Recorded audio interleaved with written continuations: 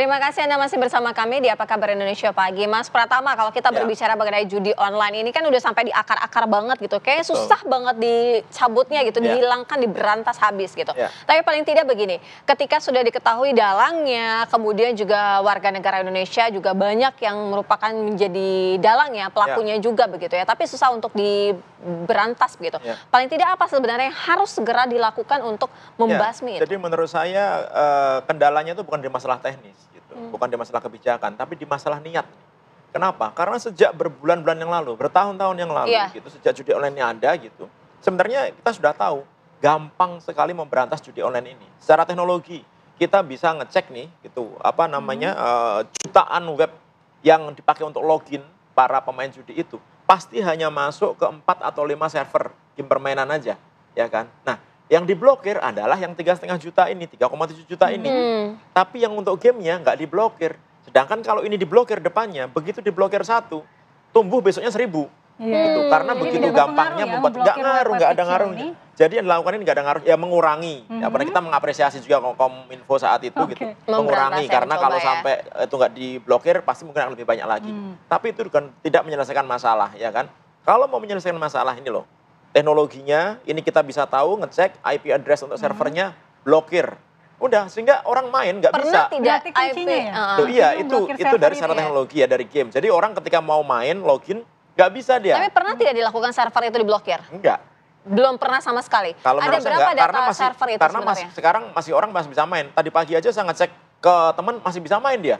Gitu, masih bisa main nggak? Masih bisa main, gitu. Artinya apa? Artinya memang itu belum dilakukan, gitu ya. Kemudian yang kedua, rekening. Kita tahu rekening bank pasti mereka menggunakan rekening yang palsu lah.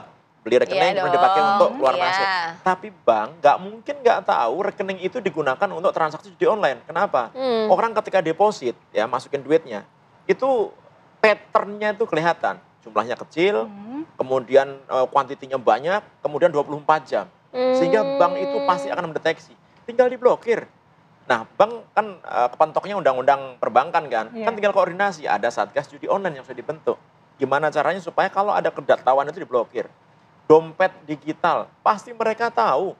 Nggak mungkin transaksi judi online itu nggak diketahui oleh mereka. Iya, ya kan? Pasti jadi sebenarnya gampang. Ya? Nah, kemudian juga kalau kita melihat orang-orangnya pelakunya, Pak Prabowo saya pikir sudah sangat bagus sekali bilang bahwa bandar sudah ada. Memang udah ketahuan, PPATK sudah tahu bahwa uang-uang yang dikumpulkan dari level orang deposit sampai berjenjang ke atas, sampai nomor rekening perusahaan yang digunakan, itu udah ketahuan.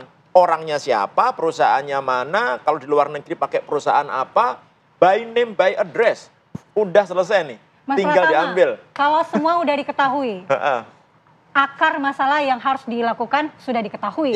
Kemudian transaksi rekening bank harusnya juga diketahui. Kemudian PPATK juga mengetahui transaksi dari peredaran uang akibat judi online ini. Kalau sudah diketahui, kenapa tidak dilakukan? Nah, ini yang jadi problem. Kenapa? Karena Satgas Judi Online ini dibagi dua. Untuk pencegahan dan untuk penindakan. Gitu. Yang pencegahan, Kominfo, kemudian PPATK, kemudian BSSN. Itu sudah efektif? Sudah melakukan. Gitu. Tapi ketika data itu sudah diberikan, penindakannya ini masih belum jalan. Bayangkan, PPATK aja bisa sampai tahu, by name, by address, ada 75.000 TNI, Polri, ASN, pemain judi online ini. Bahkan beberapa jadi agennya. Coba. Baik, kita langsung tanyakan kepada Mas Hariko. Itu tadi, penindakannya itu yang sebenarnya belum dilakukan. Padahal pencegahan sudah dilakukan, sudah benar, sudah efektif. Tapi penindakan itu di mana menjadi pemberantas ya untuk menghilangkan akar-akar judi online. Iya, makasih Mbak Sira. Kami sangat sepakat dengan Pak Pratama. Terima kasih sekali masukannya. Dan bukan hanya beliau, tapi kami juga sudah membaca berbagai kritikan masyarakat terkait dengan judi online. Ada ribuan komentar dan hampir semua komentar itu tidak ada nada kebencian sama sekali terhadap pemerintah. Justru dalam berbagai pernyataan-pernyataan itu menunjukkan betapa cintanya masyarakat terhadap anak-anak Indonesia ini. Nah, mengharapkan bagaimana anak-anak ini, ya anak-anak kita lah yang ada di rumah ini betul-betul terhindar dari judi online. Kemudian mahasiswa yang jumlahnya hampir 10 juta itu betul-betul terhindar. Nah, semangat itu yang ditangkap oleh Pak Prabowo. Dan Pak Prabowo kan betul-betul sudah menyampaikan, seperti kita sampaikan tadi, Beliau benar-benar pendekatannya dari hati ke hati, kemudian dikumpulkan di Magelang, bahwasanya disampaikan di situ jangan setia terhadap Pak Prabowo, tapi setialah kepada kepentingan nasional. Ya, salah satu kepentingan nasional itu ya menjaga tumpah darah Indonesia ini, menjaga anak-anak kita ini. Karena kalau menurut Pak Prabowo, sejak 15 tahun lalu beliau sudah mengatakan, seharusnya status kita ini sudah menjadi negara maju. Kalau melihat sumber daya alam kita, laut kita, kekayaan kita. Cuma ada korupsi di situ, ada penyelundupan di situ, ada judi online di situ. Iya, Mas Hariko. Makanya kemarin betul-betul ditekankan. Nah, hari ini, kemarin kan kita sudah melihat apa yang dilakukan oleh kepolisian.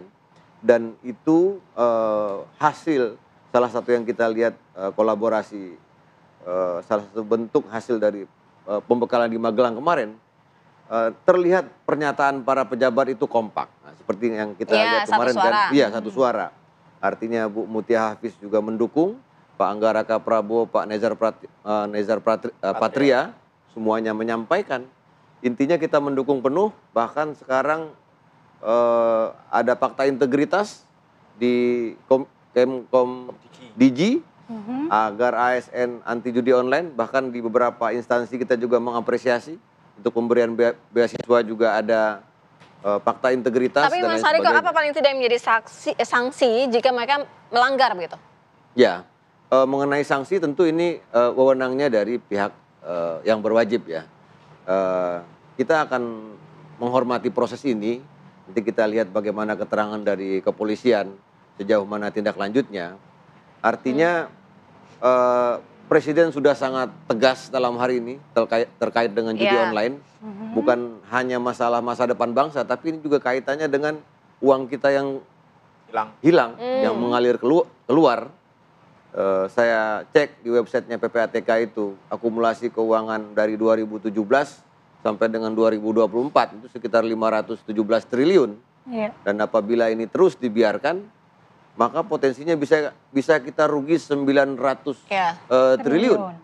Dan 1 triliun itu 1.000 miliar, betul ya? Benar ya? Nah, 1 miliar itu 1.000 juta, banyak ini uang semua. Benar. Ya. Dan ini lebih besar dari anggaran pendidikan. Tapi Mas Hariko begini, pertanyaan selanjutnya. Ketika dalang sudah diketahui, artinya bisa ditangkap dong, bisa diberangus kan. Nah, tapi nanti ya, kita bahasnya nanti ya. Kita harus iklan dulu, kita harus jeda terlebih dahulu, kami segera kembali sejedah.